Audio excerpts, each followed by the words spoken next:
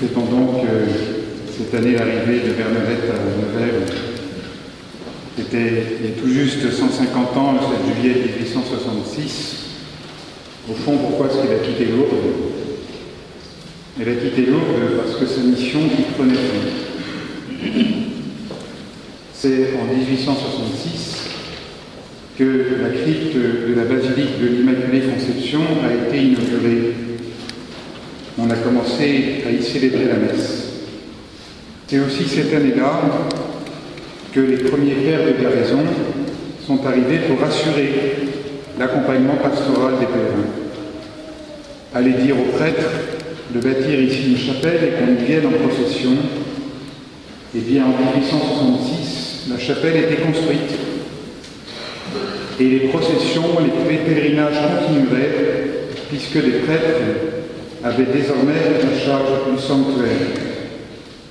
Bernadette s'effaçait, comme si elle passait le relais à l'Église, au diocèse, au chapelain qui, au rythme des nominations, se mettrait au service des pèlerins, des pèlerinages, des processions. Bernadette a quitté Lourdes et elle savait au fond d'elle-même qu'elle ne reverrait jamais la grotte. Je voudrais signaler ici le double chemin qu'elle a consenti à faire pendant ces 8 ans, entre le temps des apparitions et celui de son départ. Je ne poursuis ni grand dessein, ni merveille qui me dépasse, mais je garde mon âme égale et silencieuse. C'était les paroles du psaume que nous avons lues aujourd'hui. On reconnaît ce qu'a vécu Bernadette. Je ne poursuis ni grand dessein, ni merveille qui me dépasse. Mais dans l'Église, elle a gardé son âme paisible et silencieuse, se laissant guider, se laissant porter par le murmure de l'Esprit Saint. Bernadette, 2 ans après les apparitions, a été prise comme pensionnaire chez les Sœurs de la Charité de Nevers. Beaucoup de gens cherchaient à la voir, et en particulier des personnes de qualité qui venaient prendre les eaux au terme de Bagnères ou de Cauterets. En redescendant des termes, on voulait voir la petite voyante. Et Bernadette a dû se prêter à ces rencontres. C'est l'abbé Perama, le curé, qui discernait leur opportunité. Combien de fois Bernadette a-t-elle dû raconter son récit? Un nombre incalculable de fois. Mais toujours, malgré la vivacité de son caractère et le peu de goût qu'elle avait de ses rencontres, toujours dans une grande disponibilité, en s'en remettant au jugement du curé. En s'en remettant au jugement du curé. L'abbé Laurentin a écrit un chapitre sur les séances de pause aussi pour les photographies. Technique qui en était à ses débuts. Il fallait rester sans bouger pendant de longues minutes si on voulait que la photo soit réussie. On a même mis un bâton dans son dos pour qu'elle reste droite, à genoux, en mode prière. Bernadette, fais comme si tu étais à la grotte. Et c'est que la Sainte Vierge n'y est pas. Mais elle a posé. On lui demandait de faire comme pendant les apparitions. Elle sait toujours, elle sait faire. Si je raconte cela, c'est pour souligner combien elle s'est prêtée avec docilité à toutes ces rencontres et à toutes ces séances. Une fois arrivée à Nevers, la supérieure lui a demandé de raconter les apparitions une seule fois à toute la communauté et de s'abstenir par la suite d'en parler avec ses sœurs. Et Bernadette, encore une fois, a obéi.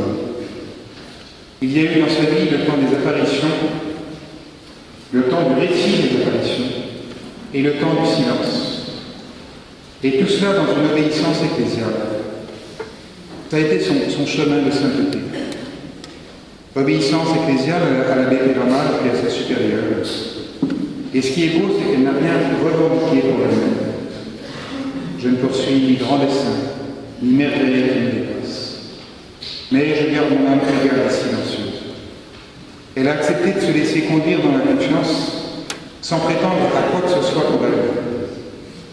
Comme si elle avait totalement déposé sa mission devant le Seigneur et devant Notre-Dame. Comme si elle avait accepté de ne pas disposer d'elle-même et de laisser à l'Église le soin de lui indiquer sa place. Un jour, dans la lumière des rencontres, et l'autre jour ici, dans le silence du couvent. Elle avait compris que les apparitions ne lui appartenaient pas. Elles appartenaient au Seigneur dans son Église. Allez dire au prêtre. Il y a eu un autre chemin aussi pour Bernadette, la découverte de sa vocation. Depuis l'âge de 14 ans, pendant les apparitions, Bernadette manifeste son désir de devenir religieuse. Et elle mettra plusieurs années à comprendre dans quelle communauté elle doit rentrer. Elle est tout à fait consciente que c'est un choix personnel. Elle dira très clairement que Notre-Dame ne lui a rien dit à ce sujet. Et quand elle dit cela, c'est parce qu'elle se sent profondément libre. Elle a la vive conscience que c'est son choix.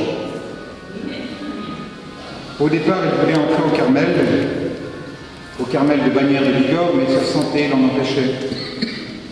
Et quand on lui suggère qu'elle pouvait demander une dispense, bien sûr, elle est la voyante du Massabielle, on peut bien lui accorder des dispenses.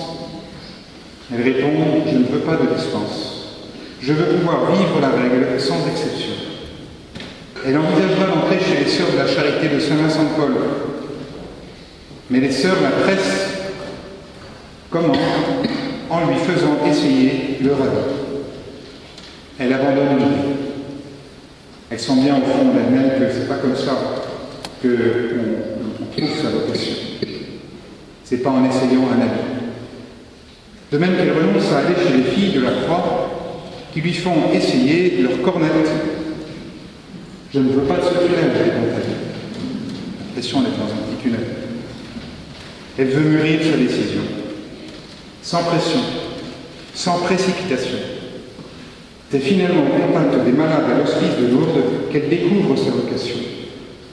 Vocation à rester comme les sœurs de Nevers pour s'occuper des malades et des pauvres.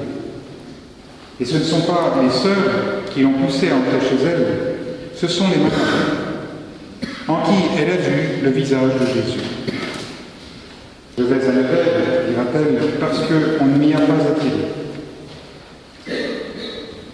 Bernadette, il y a à la fois une grande docilité à l'Église et une impressionnante liberté intérieure. C'est cela qui a mûri pendant ces 8 années passées à Lourdes après les apparitions. Elle s'est préparée intérieurement à une offrande d'elle-même dans une vie de religieuse qui ne sera pas du tout celle qu'elle avait imaginée. Malade, elle restera à Nevers, à l'infirmerie, tout autant pour soigner les pauvres que pour se faire soigner, jusqu'à l'offrande ultime d'elle-même comme un froment broyé. Il n'y a rien eu de spectaculaire dans la vie de Bernadette. Il y a eu une vie consacrée à Dieu, dans la simplicité d'une offrande au quotidien, d'une offrande eucharistique. Je ne poursuis ni grand dessein, ni merveille qui me dépasse, mais je garde mon âme égale et silencieuse, comme un petit enfant contre sa mère. Il y a eu cette offrande au quotidien, cette offrande de soi dans l'Église, toujours dans l'Église. L'Église qui aurait pu lui offrir plus de considération, qui aurait pu lui offrir plus d'importance aux yeux des hommes, qui aurait peut-être pu ou dû mieux la traiter, mais ce n'est pas ce qu'elle demandait. Elle était là, à la place où Dieu l'avait mise, consentant à sa mission avec un regard surnaturel et vivant sa vie religieuse avec passion. Eh bien, c'est le début de cette vie consacrée que nous traitons aujourd'hui à Bernadette. Nous venons rendre grâce à Dieu pour l'exemple de Bernadette et pour ce qu'elle nous dit encore aujourd'hui.